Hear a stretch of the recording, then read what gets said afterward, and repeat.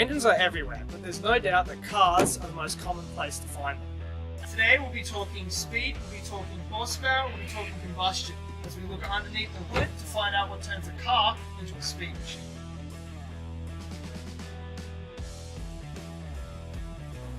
Before we start talking speed, let's take a look at how your average car engine works.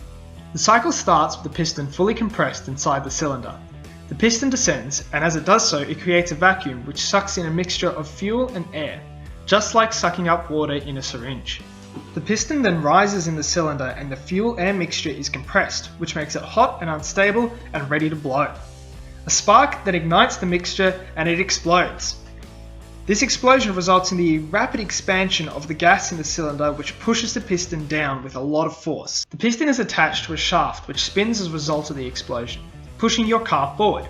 The last phase is where the continued motion of the piston blows out the burnt gas in the cylinder through the exhaust pipe.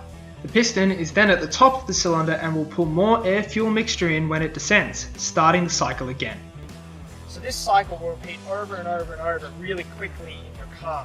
The revving that you hear in a modern engine is actually all those bang cycles happening in very quick succession after each other. They just happen so quickly that it sounds like one continuous sound.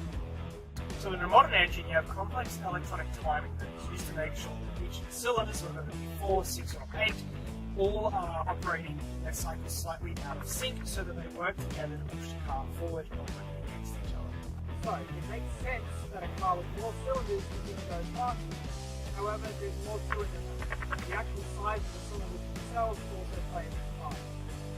So a better way to evaluate the power of an engine is by what's called displacement, which is the total volume of all the cylinders together. A bigger cylinder means that more air-fuel mixture will be pulled in, which then means that more air-fuel mixture will be compressed and explode more violently when it's ignited. This results in greater force on the shaft. Alright, enough talk. Let's do some real work testing of this. On my left, we've got a Mitsubishi Lancer with a 4-cylinder, 2.4 litre engine. On my right, we've got a V8 Holden Commodore. It has 8 cylinders and a total engine displacement of 6 litres.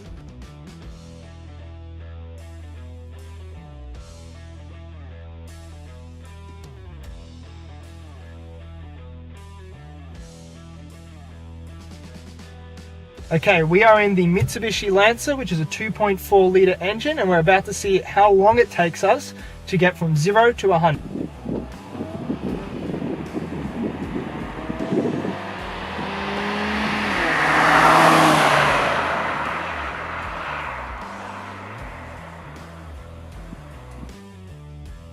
The V8 Commodore 6 litre engine, we're going to see how fast this one goes.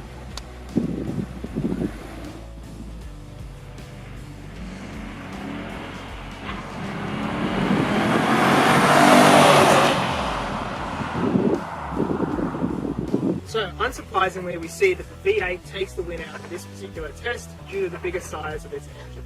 So, is a bigger engine all it takes to make a race car? Well, there's really more to it than that. There are actually a lot of different factors which go into putting speed into a car. You've got the weight of the car to consider, there's the traction you get on your wheels, and there's more complicated engine modifications like turbochargers and superchargers.